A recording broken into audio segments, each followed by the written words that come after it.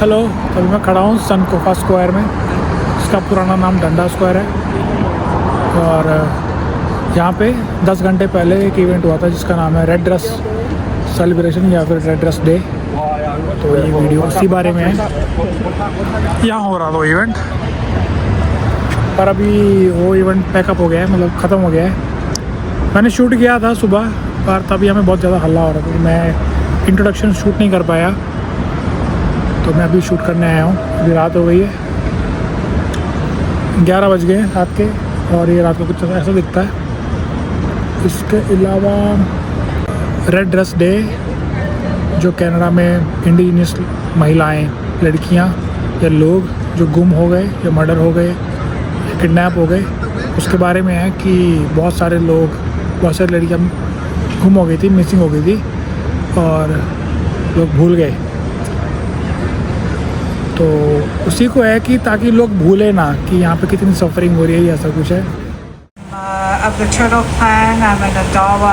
I come from the Adawa Nation, and so welcome everybody. Thank you for coming today. Bojo, this first song is a song about compassion, the energy of seeing us as human beings and allowing that compassion to flow for one another, because we're all one.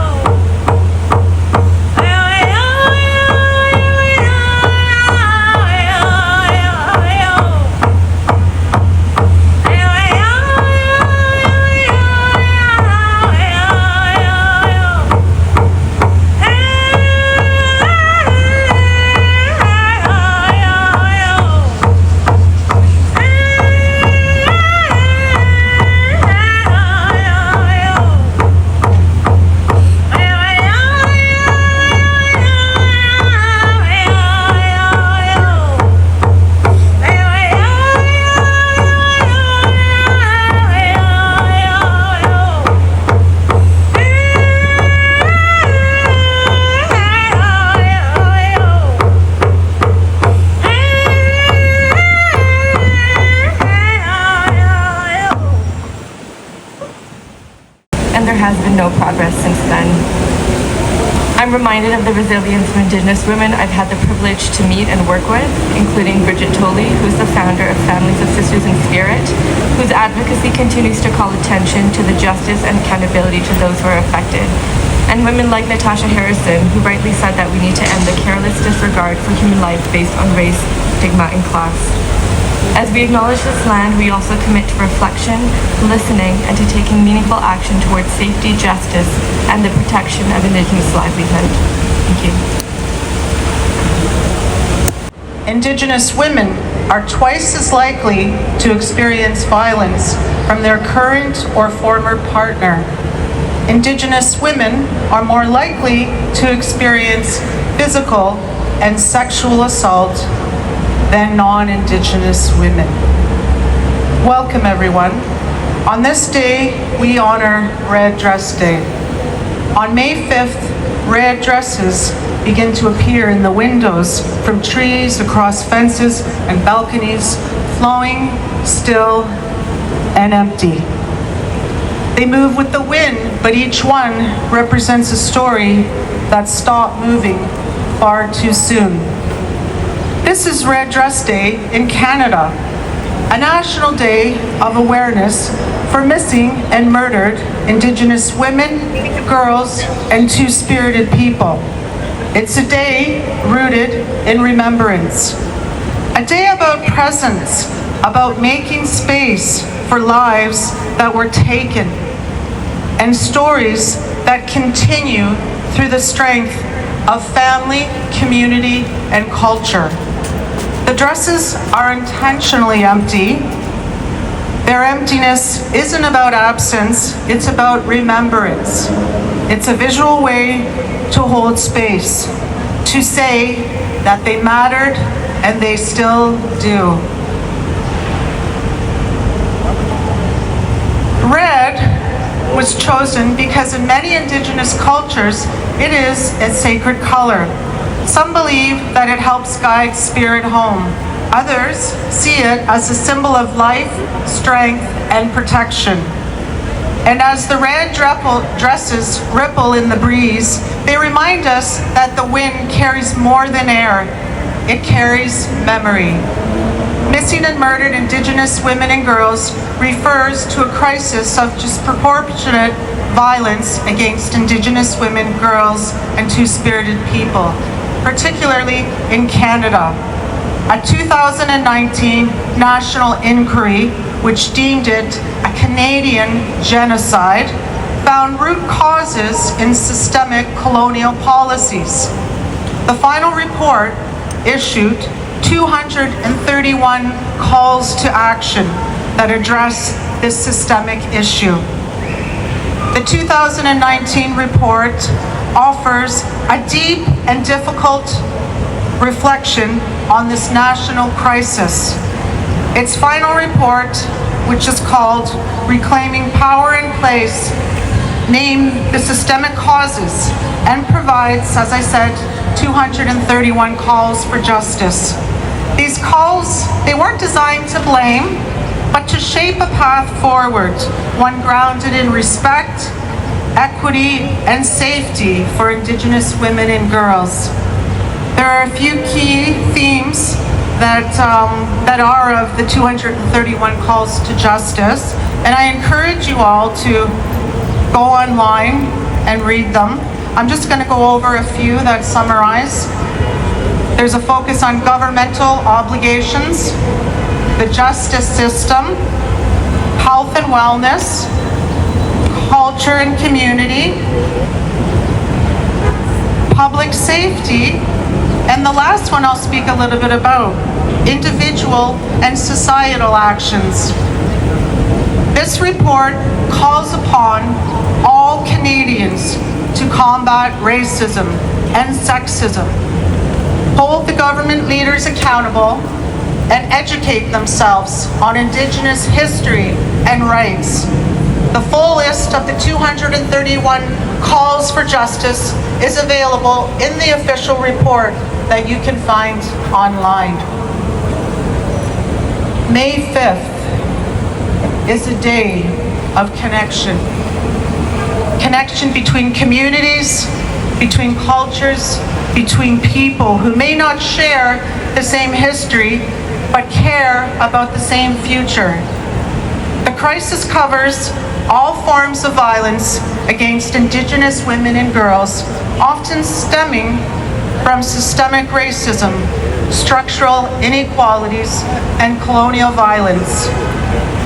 Exposure to childhood traumas and various forms of violence can create the vulnerability of Indigenous women to sexual exploitation, escalated violence, and other forms of victimization. Just gonna take a little sip, hold on.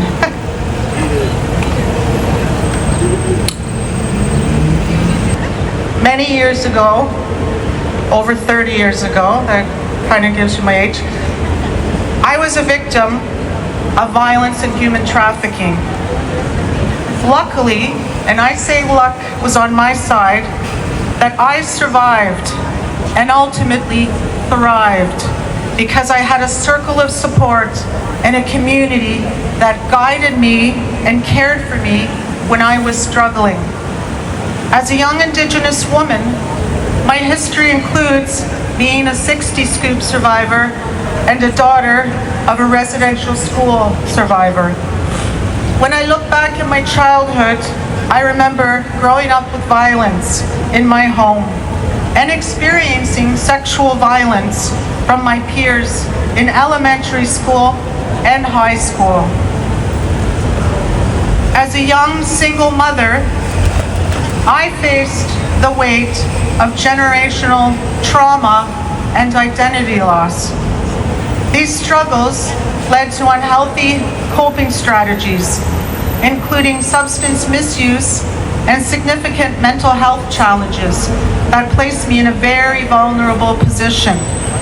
It was during a stay in a psychiatric facility that I was approached by a groomer, another patient at that time. He introduced me to drugs and to people who eventually trafficked me. After spending a couple of years homeless and in what I can only describe as a very dark place, I reached a moment of clarity. I realized that I wanted and I needed to be free of that life. It took several attempts, but eventually I found my way out. Now, 30 years later, I stand here before you as a healthy, self-sufficient Indigenous woman, a proud mother of 2 and grandmother of 3.